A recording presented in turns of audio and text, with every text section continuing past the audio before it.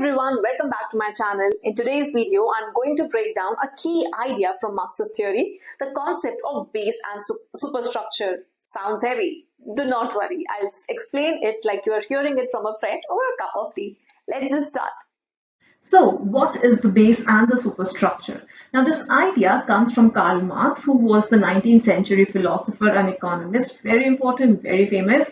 He believed that economics isn't just about money, right? It shapes how society thinks, how it behaves, and even how it creates art and literature. To understand this, Marx divided society into two parts. The first is the base, and the second is the superstructure. Now, we'll break these down. So, the first one, the base. Now, the base is the economic foundation of any society. It includes one, the forces of production, and second, the relations of production. The forces of production would include things like factories or tools or technology, land and labor. And the relations of production, this would include like who owns what, like who works from whom and how profit is made. All right. Basically, the base is about how goods are produced and distributed and who holds the power in that system, right? For example, in a capitalist society, the base is controlled by the bourgeoisie. Bourgeoisie, the rich, the property owning class, while the proletariat or the working class, they sell their labor. All right. So in a capitalist society, this is what would be the base. Like the base is controlled by the bourgeoisie and the proletariat, they sell their labor, right? Second, we have the superstructure. Now, the superstructure is everything that grows out of the economic base. So, it would include things like art and literature, religion, politics, education, law, culture, and ideology. All right, in short, the superstructure includes all the ideas, beliefs, and institutions in a society. See, but here is the key idea.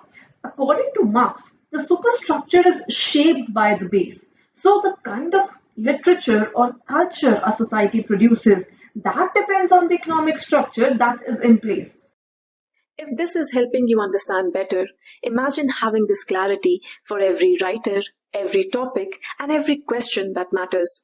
That's exactly what I've created at theankitajain.com, a system for literature students who want to stop feeling lost and start feeling in control.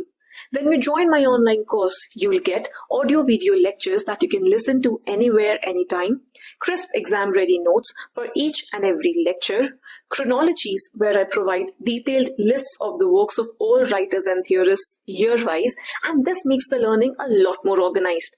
Infographics that catch the eye, helping you to remember things visually, previous year questions all sorted by author and topic so you never study nor revise blindly, and most important of all, my one-to-one guidance, always in touch with you, motivating you. Everything in one place, designed to save your time and sharpen your focus.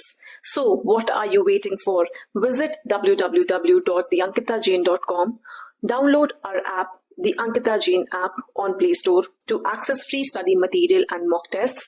Also join us on Instagram, Telegram, and join our WhatsApp group as well. Or you can just call or WhatsApp me directly at the number on the screen. When you're serious about cracking the exam, you don't need more content. You need a coach, a mentor who helps you make sense of it all. That's what I'm here for, and that's what I promise you. I'll give you a simple analogy here. Think of society as a house. Now, the base is the foundation, okay? The structure that supports everything. And the superstructure is the building on top. The walls, the roof, the furniture, and the decorations. That is what the superstructure is, okay? The building on top. You cannot build a stable house unless the foundation is strong and unless the foundation is in place, right? Here, in this case, foundation is the base, okay? In the same way, Marx believed that economic realities shape the cultural and intellectual life of any time period. Very important thing that he said, that economic realities, they shape the cultural, the intellectual life of any time period. How are the economic conditions at that particular time? They are going to shape the cultural life, the intellectual life. All right. Now, in case you are wondering that why does this matter in literature? So if you're studying Marxist literary criticism, this concept helps you understand why certain texts get written and whose interests they serve. For example, Let's say that you have a novel that's written during industrial capitalism, and in this case, you can think of Charles Dickens. Now, you will see that it might reflect class struggle, exploitation, or the ideology of the ruling class. Take a novel like Hard Times, for example. Okay, so a Marxist critic, they might ask, whose voice is being heard in this text? Whose voice is missing? These are the questions that a Marxist critic would raise, right? So literature is not just about art.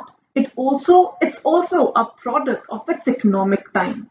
So to give you a quick recap, base equals economy, the real foundation of society, right?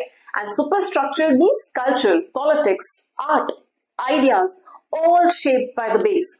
So in Marxist theory, understanding literature means looking at who controls the economy and how that power shows up in cultural texts. And that's the concept of base and superstructure, easy, quick, and exam ready. If this helped you, drop a like, subscribe, and comment below with the word superstructure so I know that you actually made it to the end. Thank you for watching. See you in the next video.